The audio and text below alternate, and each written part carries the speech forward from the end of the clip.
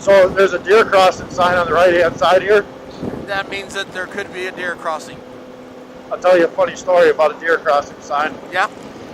So my cousin, the guys whose bike I'm riding right now, him and his buddies went from Erie, Pennsylvania down to Pittsburgh for a concert. And they were probably all fucked up, you know. Uh-huh.